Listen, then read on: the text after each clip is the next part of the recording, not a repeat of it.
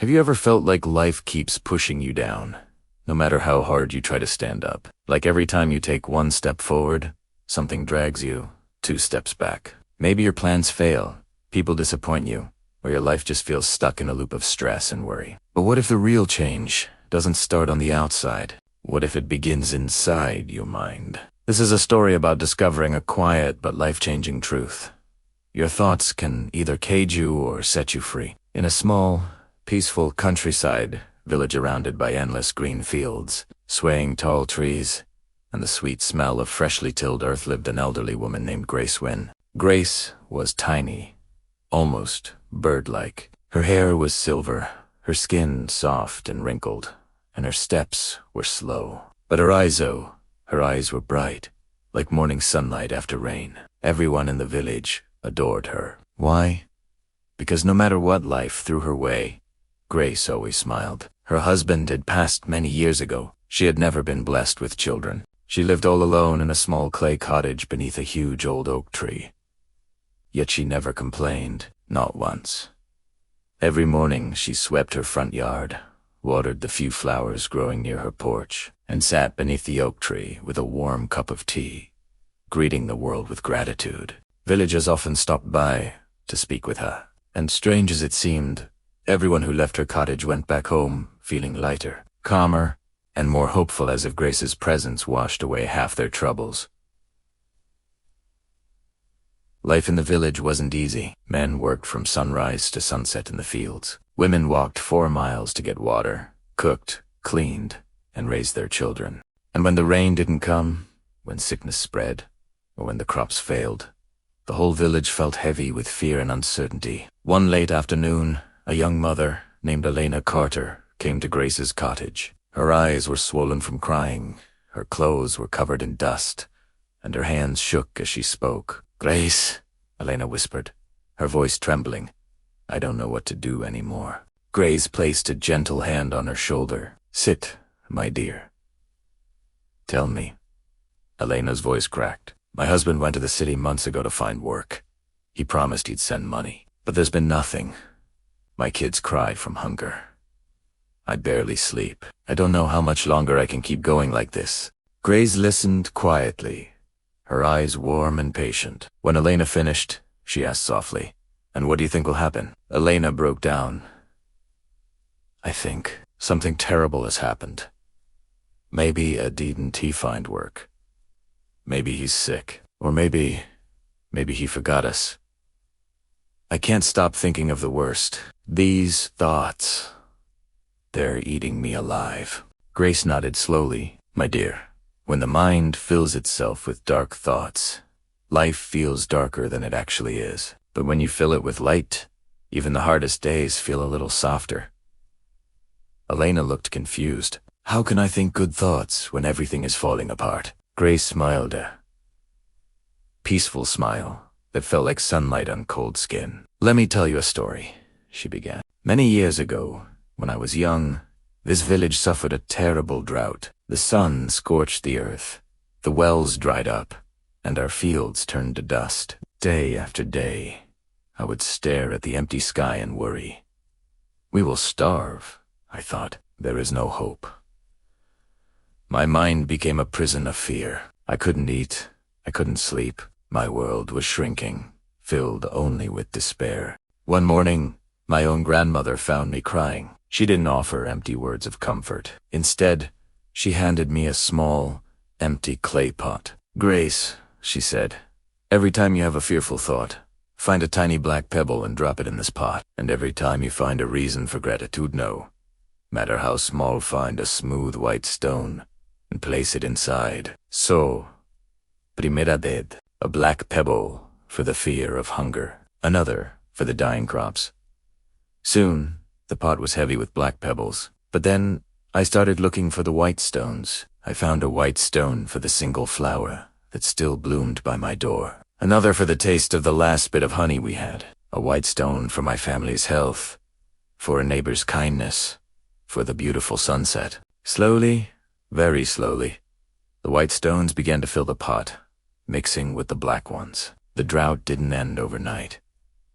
The hardship was still there. But my pot showed me something important. It showed me that even in the darkness, there was light. My focus began to shift from what I had lost to what I still had. I started sharing my food, helping my neighbors, and focusing on the good. My fear didn't disappear, but it no longer controlled me. The white stones didn't magically make rain fall, but they helped me survive the storm inside my own head.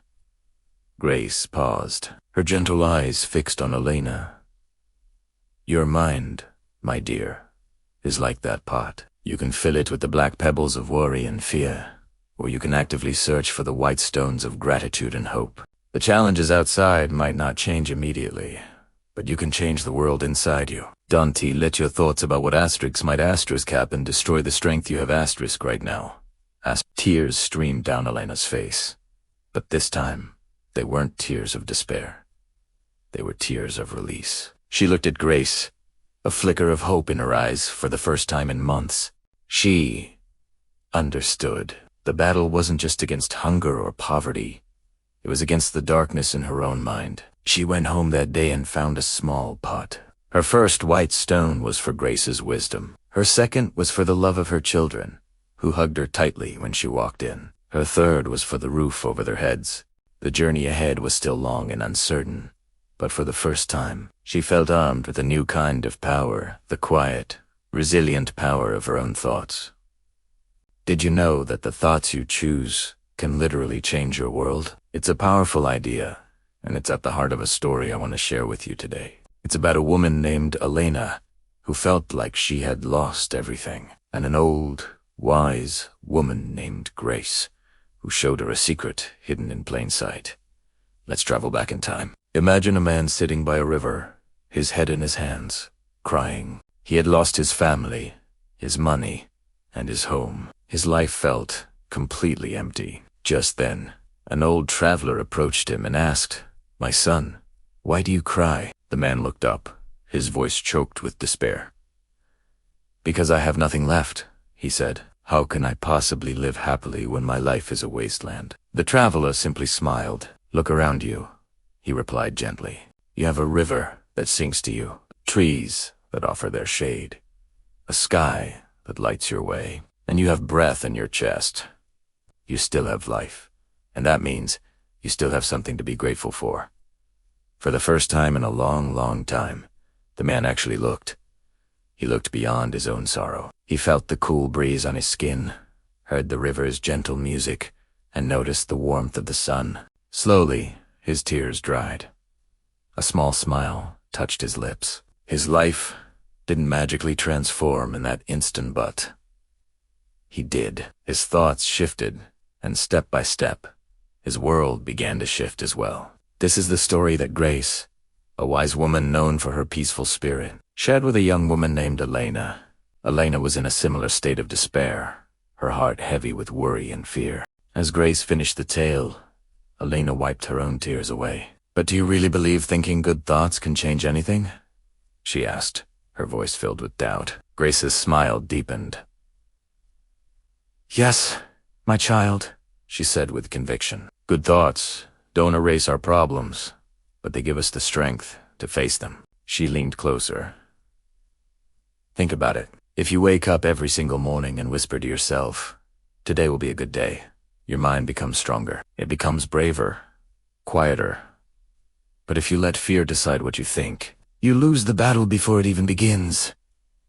Alana took a shaky breath, a tiny spark of hope igniting within her. "I'll try, Grace," she said. "I don't know how, but I'll try." "And that," Grace said softly, "is all you need to begin. Your thoughts create your world. If you change your thoughts, your world will follow." And so, from the very next morning, Elena tried something new. Before she even got out of bed, while the world was still quiet, she whispered the words, "Today will be a good day." It felt strange at first, maybe even a little foolish, but she kept doing it. As she went about her day, cooking for her children, she found her heart felt a little lighter. At work, she discovered a new well of patience she didn't know she had. Whenever the familiar grip of fear and anxiety tried to take hold, she would remember Grace's words and repeat them like a mantra. "Think light, live light. Her problems didn't just vanish into thin air. Life was still hard. The worries were still real, but something inside her was different. She felt stronger, calmer, more in control of her own mind instead of being a victim of her fears. Weeks turned into a month, and Elena continued her daily practice of choosing her thoughts. Then one morning, everything changed. As Elena returned from the village market, she saw a letter slipped under her door. Her heart began to thump wildly in her chest. With trembling hands, she tore it open. It was from her husband. He was alive. He was safe. He had found work, and he was sending money. And the most wonderful news of all, he was coming home soon. Tears streamed down Elena's face, but this time they were tears of pure joy. She clutched the letter to her chest and ran, laughing and crying, all the way to Grace's small cottage. "Grace, you are right. Everything is changing," she exclaimed, throwing her arms around the old woman. Grace hugged her back tightly, a knowing smile on her face. "My dear," she said, "you didn't just wait for good things to happen. You opened the door for them by choosing to think good. Life will always test us, but when you meet it with hope, half the battle is already won." Word of what happened to Elena and the wisdom of Grace began to spread like wildfire throughout the village. Farmers struggling with their crops, merchants worried about their businesses, widows grappling with loneliness, they all came seeking Grace's guidance. And to every person who came to her with a complaint or a fear, Grace would gently say the same thing. Your mind is your home. Choose the thoughts you want to live with. Slowly, almost you could see it in the little things. People started smiling more at each other. Neighbors helped one another without being asked. They went to their work with more faith and less fear. Instead of constantly predicting disaster, they started to expect possibility. Even on the hardest days, when the rains didn't come or the harvest was small, they would remember Grace's simple, powerful words. If you think light, you live light. Grace Wynn became the heart of that village, not because she had some magical power or all the answers, but because she reminded everyone of the profound answer hidden inside themselves. She told them that peace doesn't come from having a perfect life, free of problems. Peace comes from a peaceful mind. This story isn't just a fairy tale. It's a reminder of a truth we can all apply to our own lives. Your thoughts are the architects of your reality. What you focus on, you empower. If you focus on lack, fear, and what's wrong, you will find more of it. But if you make a conscious choice every single day to focus on gratitude, possibility, and your own inner strength, you start to build a different world for yourself. It starts with one small thought, one moment of gratitude, one whisper of today will be a good day.